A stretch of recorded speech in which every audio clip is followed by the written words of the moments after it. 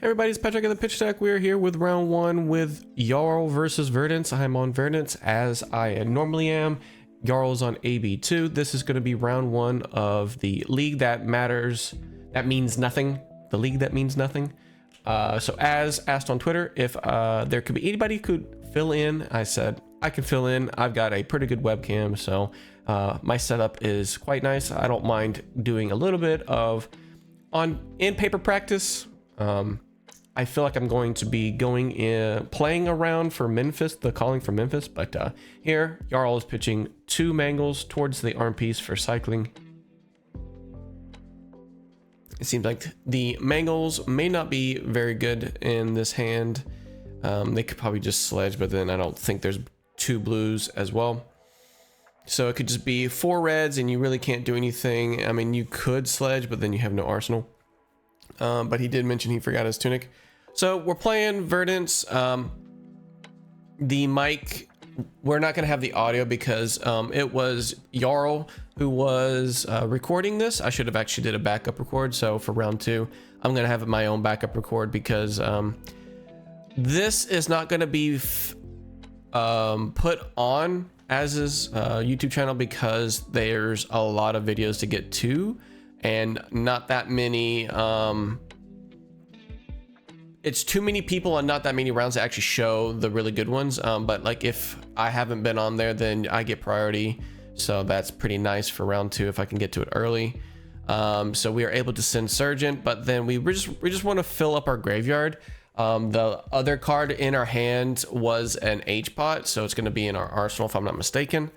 This is just going to be naked damage. We could have sent the growth for 1 more life. That was the debate on turn 0. So I'm thinking Jarl was probably regretting that pitch towards the AB because now they had to, instead of blocking double on the actual 6, it's going to be a little bit of a clunker here, but they're just going to send 7. And we kind of just want to fill up our graveyard. We have actually a pretty interesting hand, but it's unfortunate that the interesting hand is going to just be CNC sending it back. We're going to have to just put another CNC plus a Felling of the Crown into our graveyard. Again, we are filling graveyard. Sucks that we have Felling of the Crown in that, but we're just going to be sending CNC here for ourselves. Not being able to play the, I guess it could be like not being able to play the heart beat for extra value whenever we're turned on, then that's just how it is. So we'll just keep it in the deck for longer game if it goes to that point. Jarl matches could go a little bit longer just depending on how each build is set up. So we come in here and it's interesting to note that Jarl is playing exposed to the elements. So this is going to be double fused. So it is 9 dominate and we're gonna have to try to luck out a little bit better. We have the potion in our arsenal for our action. So it's not too bad of a turn off, so to speak, because we can still somewhat defend and have a good setup, but they'll have all of the agency. So we'll have to send a sink here, and I think it was like 2 reds or something like that, and we roll into a sink. It was another Felling plus a CNC or something like that, a Felling, a Fate, and something else. So we just had to go with a an interesting 3 of the reds that we could possibly have are all of them are pretty good since we can just play the H-pot and then put that particular red in our arsenal for triple play next turn. So we kind of lucked out getting a Fate. That was the card that was chosen. So I do remember this is hopefully fresh enough on my memory for it to actually go through, because if I'm not mistaken, we had to do this around Friday or Saturday or something like that, because it was quite quick. We had to make sure to get it done fast enough. So I think Friday after work. So we are shipping it back towards Jarl for some tempo to see if there is tempo worth enough, and over pitching for, oh no, overpitching, that's 2 blues. So we got a 2 float, sorry, 1 float, but we could have 2 float off of the tunic. So it's just coming in for 9. And we have the fate to soak it up, but we could, we can sniff out the pummel. Slightly obvious, but we want to make sure we can kind of guard against it to have somewhat of a turn. Cannot remember what I do here. We're just gonna block 6. And we don't even ship this fate because I know it's not going to really hurt us too much. It sucks to discard and more damage, but I could have actually just like banished, or not banished, I'm sorry. Discarded what the other card was in my hand and then gained 2 life off of this. So effectively everything could have been a little bit better in terms of life. So there could be some mess ups there, but I like to set this H pot down. I think I valued that. So I could probably just say I would rather keep that. I could protect my life by 4 and still be like 31. But again, I'm gonna have the discard no matter what. So I think I valued the H pot and the fate in our arsenal here. So typically 5 go again. There could be like a sniff for CNC. So you could say that this could be like a CNC follow-up.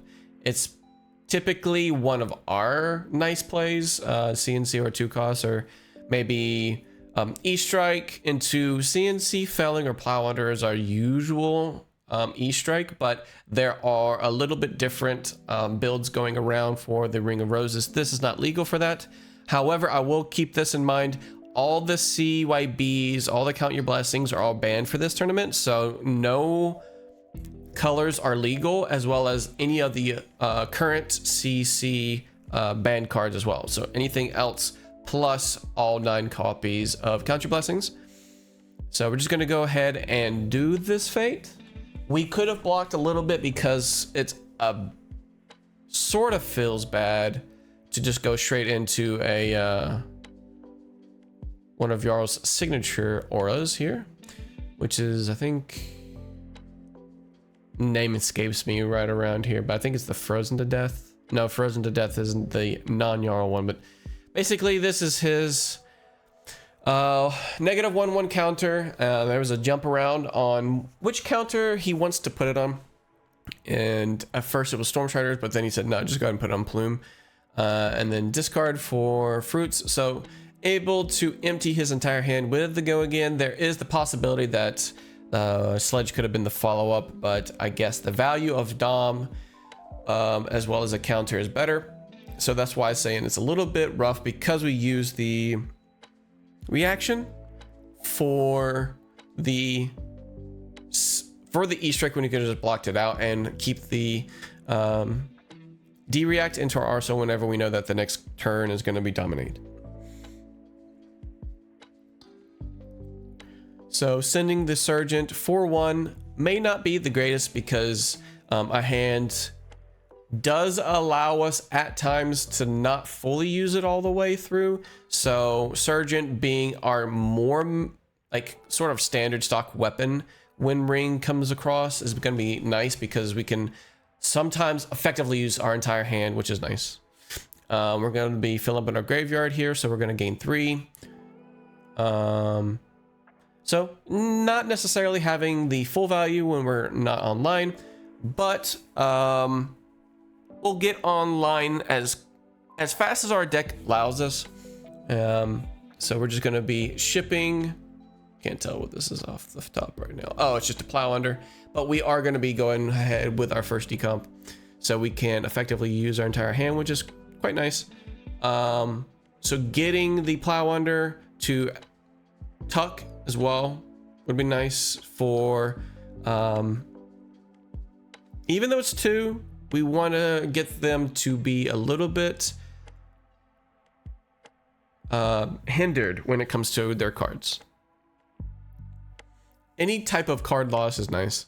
So Frozen to Death, I think that's the one I was thinking about, but I guess they can't effectively use their hand all the way through.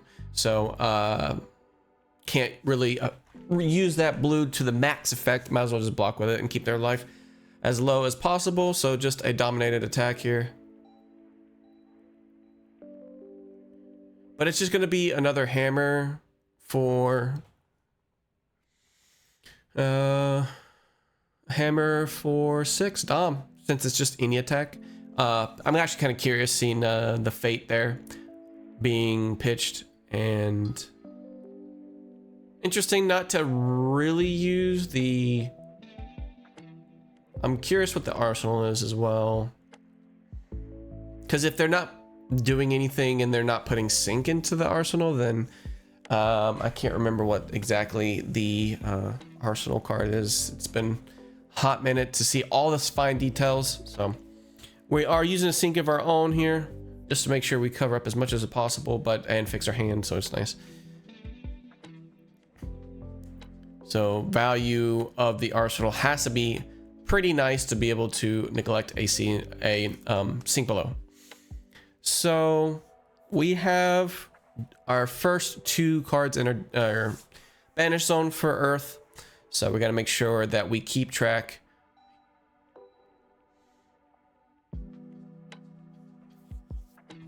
Just coming in with some arcane. We're going to get a life. I believe that kind of a heads up play that I want to keep my arsenal because it's a red, because then I would just be doing Sergeant into this. But I would rather use 2 resources rather than towards Sergeant for this one instead.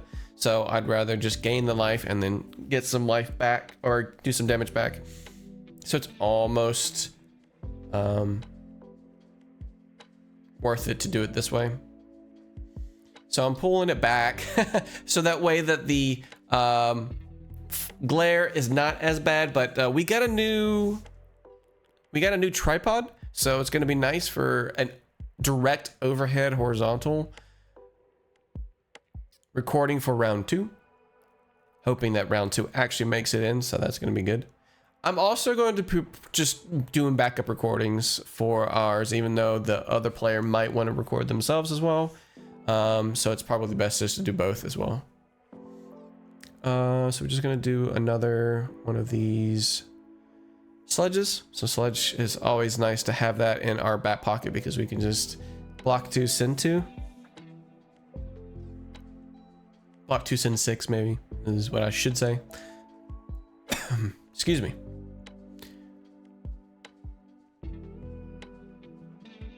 Having 1 card, not being able to have an ice card, so that's pretty nice because I believe the other card in the pitch zone is a channel like frigid.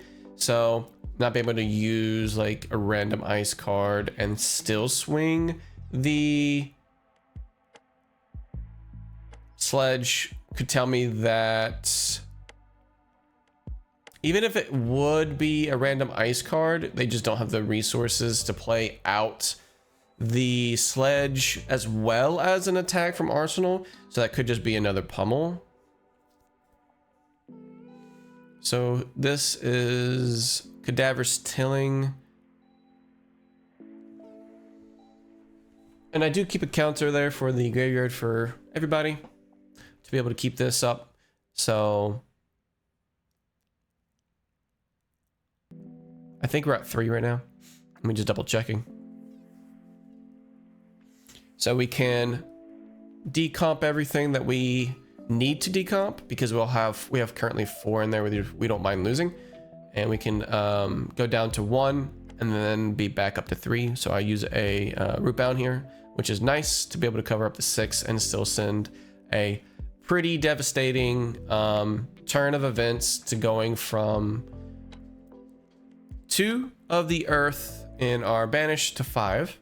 So we're going to go up to 5, which is nice to have the 2/3/3 to help out, get our ability online, which is nice.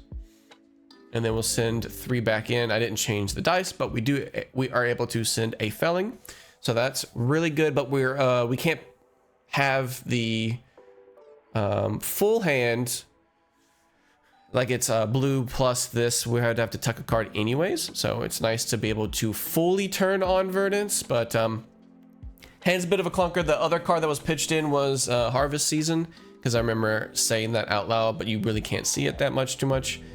Staying in the Felling 8 for 8 is very nice to be able to get some tempo back. We were taking a little bit of damage with the Pummel Spinal Crush there, as well as the Dominated Oakenold. We could have prevented a little bit more life, but like before I said, I think I like the H-Pot rather than discarding the H-Pot, gaining the 2 life and using the reaction. So that would be our second Felling that we could use. Our third one that we had to sink below with the, I'm pretty damn sure that it was a sink below for the Oakenold here.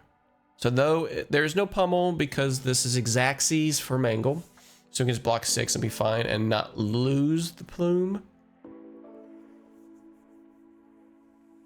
which will be nice because the fact that a Pummel could be used, a Earth could be tucked to make sure that it doesn't get dominate via the arms. So that's always a very nice thing to do, but we can get around the dominate with our chess piece, as well as a one single non-attack. We can just cover up 6 that way, but we're gonna cover up 6 this way with Warmongers and a Scour. We don't particularly need those right now.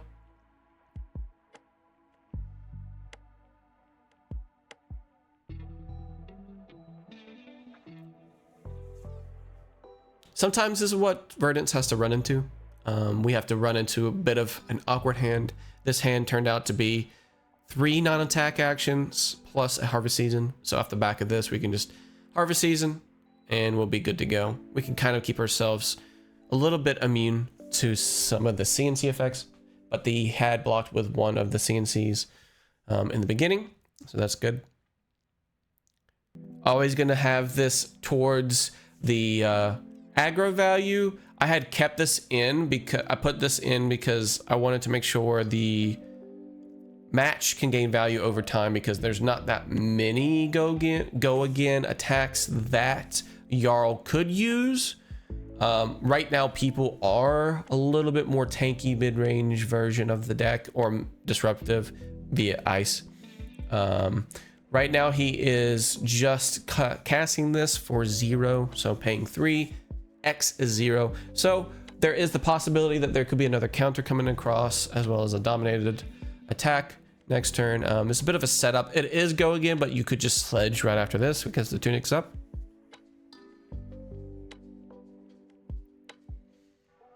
And it just comes down to whether or not the Jarl wants to pay in for any of the opposing businesses, because it is such a nice card. So yeah, we're going to get another counter here, and definitely going to be on the boots. Those are the main 2 equipment that you want gone, because I am more than likely wanting to block with the other 2 later on whenever I see the best use for those, typically Oakenolds. So yeah, we're gonna go with Tunic into Sledge.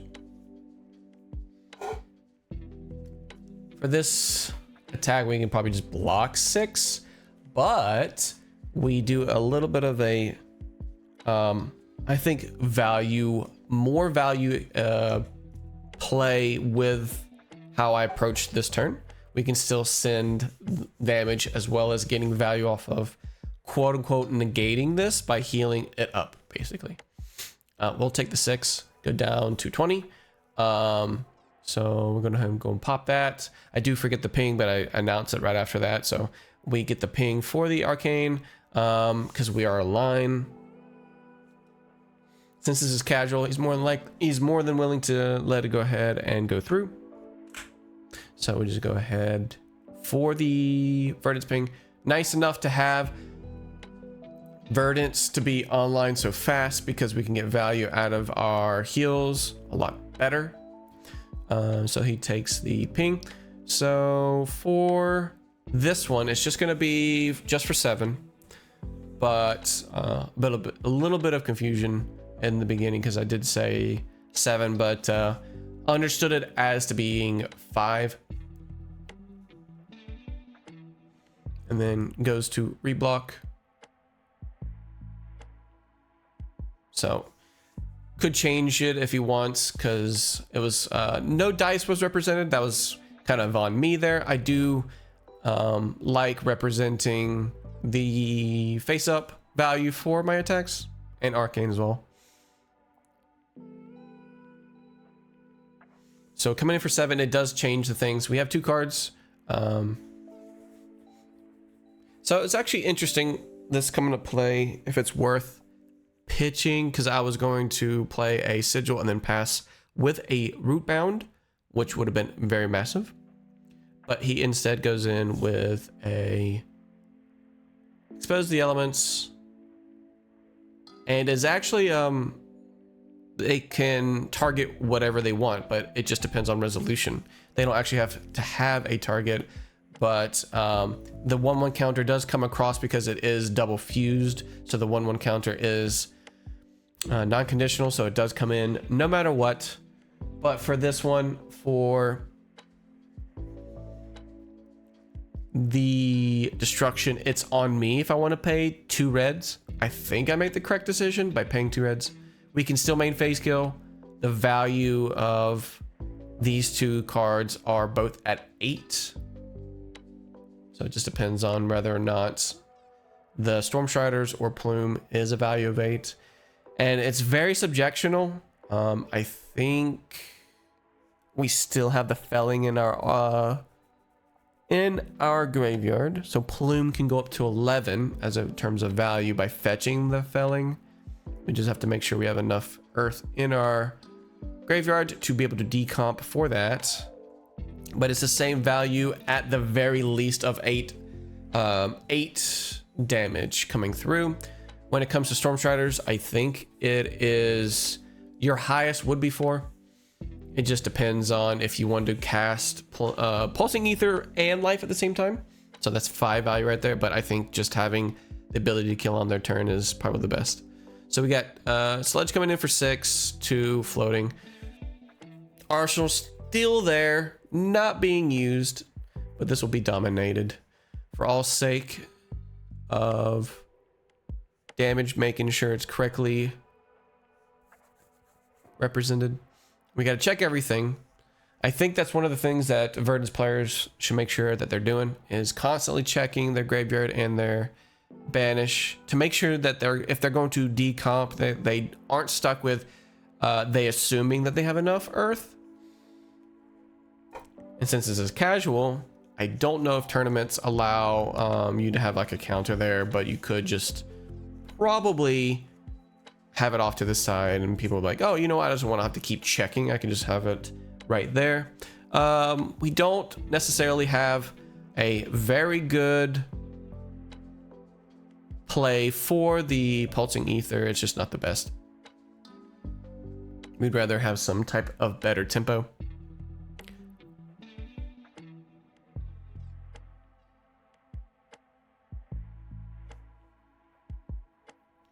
A lot of sledges, which is nice.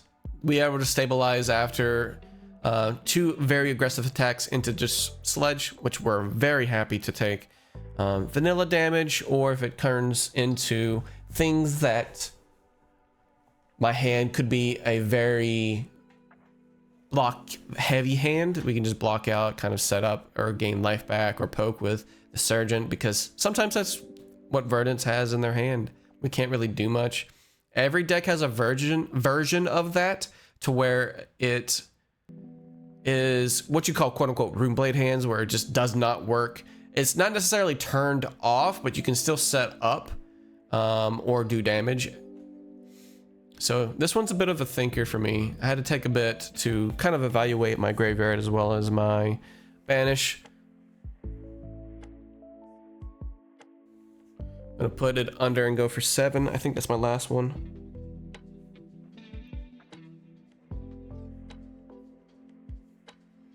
And deciding, I can't remember what I was trying to decide on what to put underneath.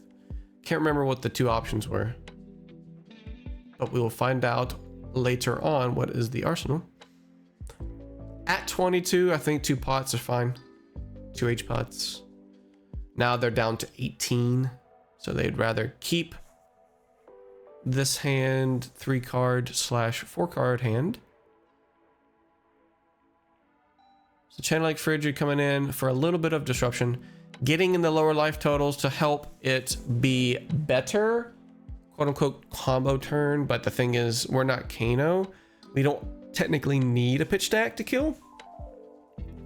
And if Kano were to go against Jarl, it just makes it that much harder to combo, period. Not necessarily pitch stack to combo, but kind of off Kano for a little bit right now. So Channel Lake Frigid into 6 is pretty damn good. Looks like a bit of an ice heavier Jarl now that we're seeing more of the ice cards being represented. A little less on the earth, which I think whenever you're building Jarl, it just happens to make sure that your decomposes are happening, as well as your ice count is enough for the Channel Lake Frigids. But it's all how you pretty much build them. You can be very, very, very aggressive with a little bit of like ice disruption and just full on guardian aggression, because I've seen it lately on Talishar to where that version just pumps out a lot of damage. And of course it goes for the slower decks like Verdance. It can be very powerful, but we have the one of Sift that we're blocking with the sledge. I don't have 3 Warmongers. I could have Warmongers to replace it if and when I do get one via buy or happen to crack it. That would be the replacement for it. So Sift would turn into Warmongers. So we're just thinking on any other blocks that we would like to do, but here we're just going to block 2. We're not necessarily needing the instant gratification of doing the exact same thing of blocking, rather than just having the instant earth into our banish for any of the decoms. So we could potentially play, I can't remember what's after this entire turn, but we could just gain that 2 life back and then ping for 1. So that be a possibility. However, I think that's the reason why I didn't do it, was because that ability would have to be paid with 1 resource to be able to do it. So that's probably why I'm blocking it now. So I just caught that. So now we're under Channel Lake. Everything is a little bit more expensive.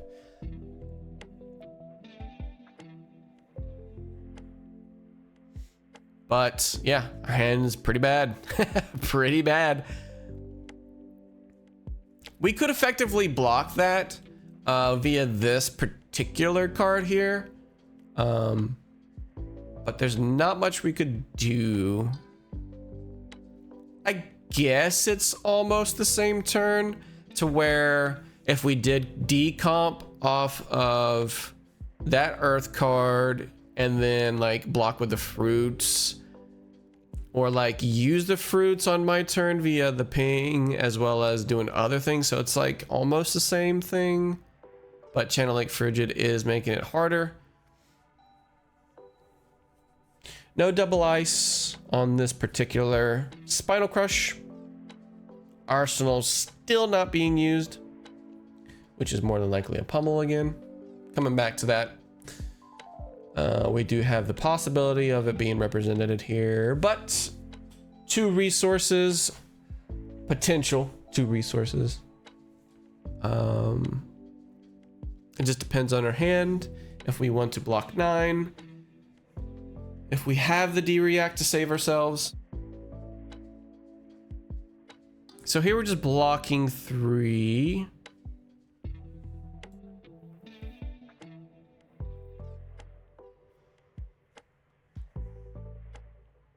Having Channel Lake make everything a little bit more expensive does hurt, but we will not be under that for our turn.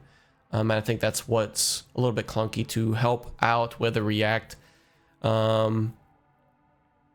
Our arsenal, I think, has a reaction. It's just we have to pay for it. And there's just a block, and then there's a hesitation on the reaction from our opponents, which probably just means that it's safe to have like 6 damage come through, but then we have 3 cards, then we just won't gain go again. So the go again's probably safe enough to keep my turn under wraps a little bit better, but we can always have a nice turn with like some sigils and things like that if we ever happen to have our sigils late game. So here we come in with our second Plow Under, if I'm not mistaken. We had to pitch one earlier for our first felling, quote unquote.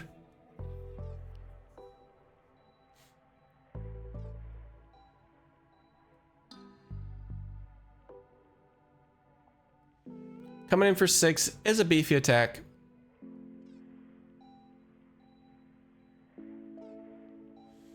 So we both had to lose our arsenal. That's one of the things that I had to think about.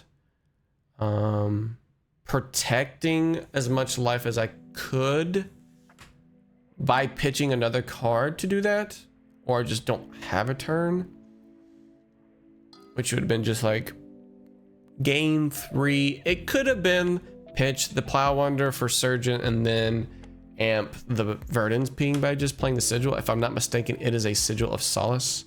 So we got another double ice hand effectively from our opponent, but they're paying 2, which means that this could very well possibly be a Channel Lake Frigid into a Sledge, which sucks.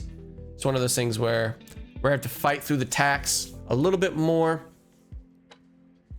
That main phase combo does hurt the opponent pretty well, especially when you're on AB2.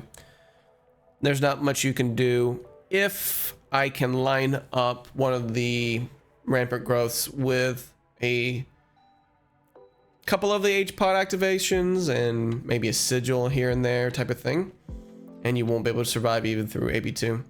So we're thinking about it and we let it go. So the opponent just wants to go ahead and I think passes here. I have to see, I cannot remember.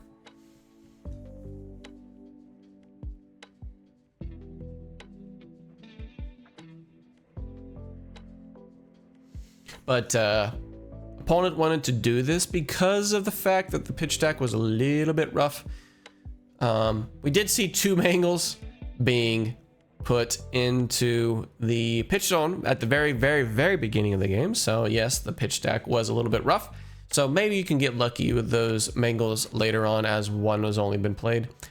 So value of the arsenal is better than just pitching it. That's a very good indication of it being a red. Either if it could have been a blue, it could have been a bad blue, but there is the possibility of it being a red. So we're going to pitch a blue here for a E strike for 7. And we follow up with a juicy Sigil of Solace.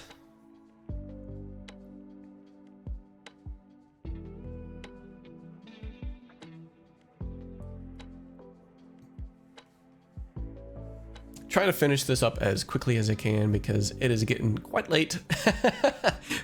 It's almost 10, and we're trying to get this to happen as quickly as possible. But it's been a good game, I think, so far. This game has been quite effective in terms of the Jarl versus Verdance. It just depends on what type of Verdance, what type of Jarl. So that's the beauty of these 2 decks. So it's not a sigil, it's still health plus a ping, so it's not bad. So E strike is coming in, I think just for 7 if I'm not mistaken. So we know that we won't be under, or it could be for 5. So yeah, those 2 cards, so they could be for 5.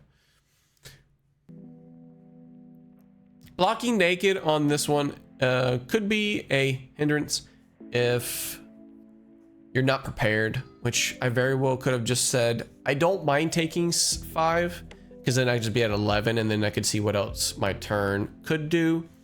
And typically I like the go again into like the E-Strike go again. It could be double ice sledge. That is a very real possibility, yes.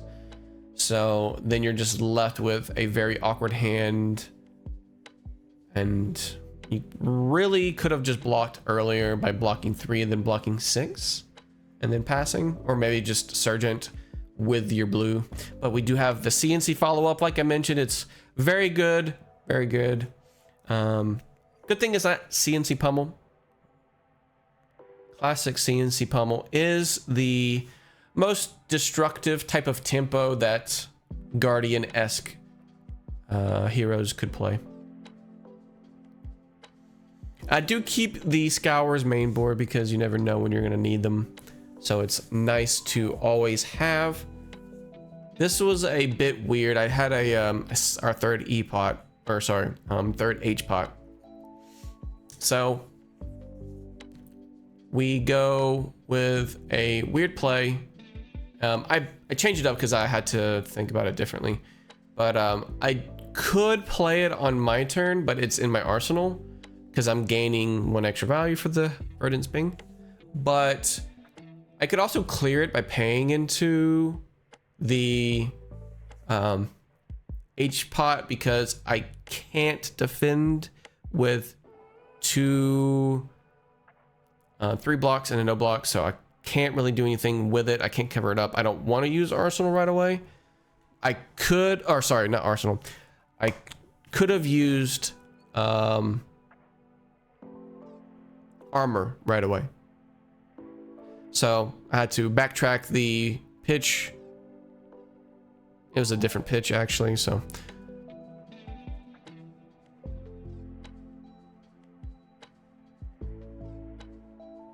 So I just want to effectively nullify that turn out by in terms of all damage. So we just go back to the same life total.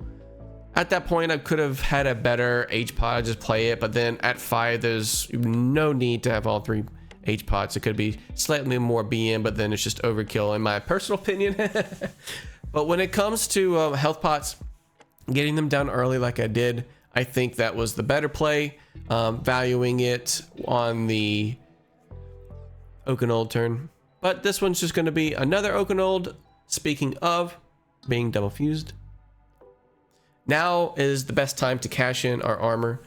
I think it was in our hand another reaction because that was an arsenal after playing all those cards. So it's a bit weird as well. Couldn't play my sink below last turn as well. Sink below, sigil last turn, they all had to be paid into with 3 block cards, so it's a bit weird. Best turn, of course, would have been if we had double blocked the CNC and just taken the 5, gain the life back via the sigil and arsenal, and then play the E-pot, putting this D reaction in our arsenal. But sometimes I jump the gun a little bit too much on those E-Strike. So you have to kind of calculate just how impactful your hand could be if you let it go. Because sometimes having the 5 into like an aura, 5 go again into an aura kind of sucks. You're like, well, I can't effectively use my entire hand. So we're having our armor block come in. We don't mind the frostbites coming for the armor exposed areas. So that's fine. So we're going to be blocking 6, 7, bringing it down to 8.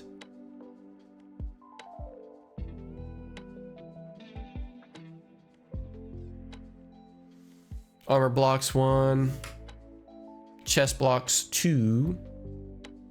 So 7 of the 8. And then we would have one more thing to help out with. And we do have the D-React, even though it is overblocked, we still get to keep our cards, so that's good.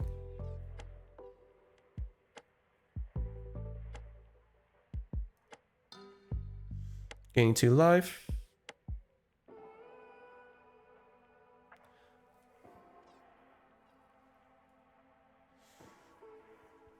So we are going to be exposed. We did see the Channel Lake Frigid. I think if that's the last one, we can try to weather out the storm a little bit more with the Channel Lake Frigid.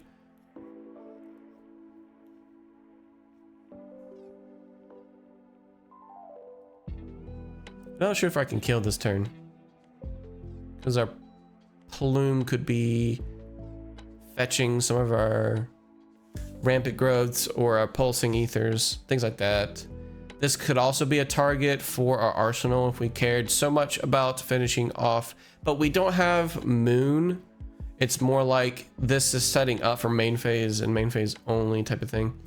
Interesting to see the Insidious chill.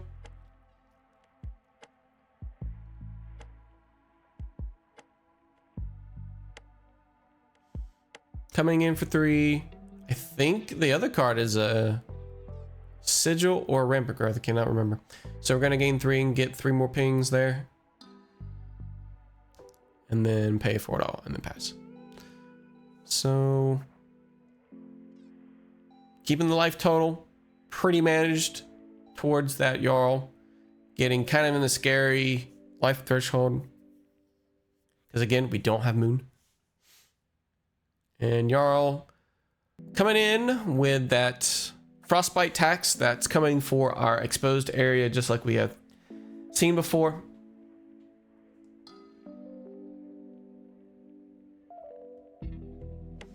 But it's fine because we could still have somewhat of a turn anyways.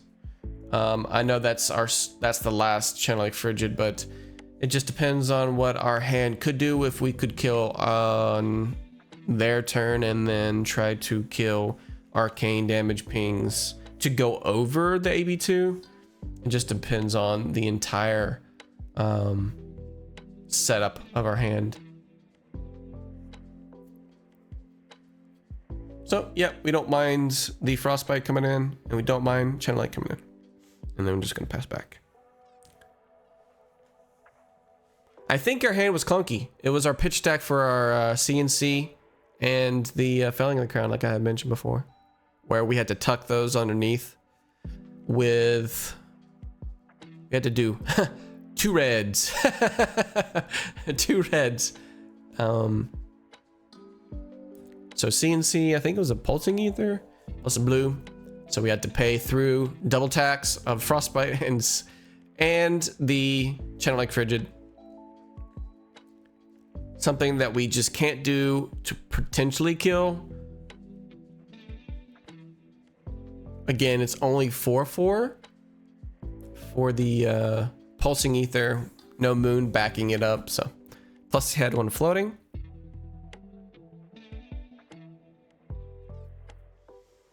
But our last failing coming around for our pitch stack was nice. They're able to block this out with a defense reaction, having a frostbite to be reapplied, which doesn't typically matter, but we can just put it back.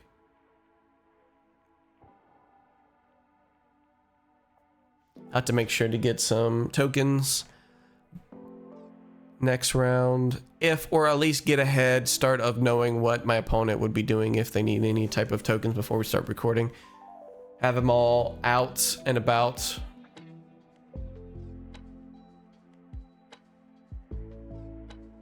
Having the felling is nice because we won't be under Channel Lake Frigid next turn anyways. So the felling is giving us room so that we won't have the 2 counters for the Channel Lake Frigid, because that can just be an easy sledge and go about our day. So we can probably kill here. I think this is our kill turn. Popping the Sigil plus 2 not E-pots, 2 H-pots. So going in for Sigil. 1 ping.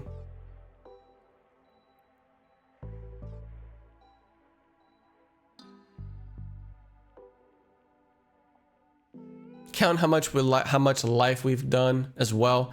So this one was it was rampant growth in our arsenal with heartbeat and then a random blue.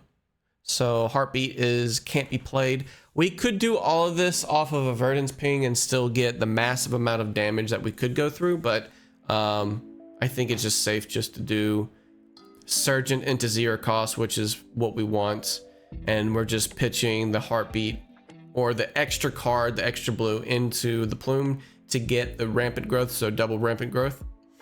Very nice to be able to guarantee that we can get over, but it's just nice to do damage and nice to do a lot of massive arcane damage, so that's pretty good. And then we can go ahead with life, letting it resolve. So you have to play the life portion first. You can let the Verdance trigger ping go through because the ramp doesn't actually happen. I like that they designed it that way. That's very nice. But I had actually put a combo video on exactly how to break it down, but it's a pretty good breakdown for here. This sigil is actually kind of replacing the extra health potion that we didn't get down. So this is going to be game GG for it all, being that we can pitch towards Sergeant and having a 0 cost. That's it for the round 1. We're going to have round 2. I believe it's a versus a 5. Be on the lookout for that one.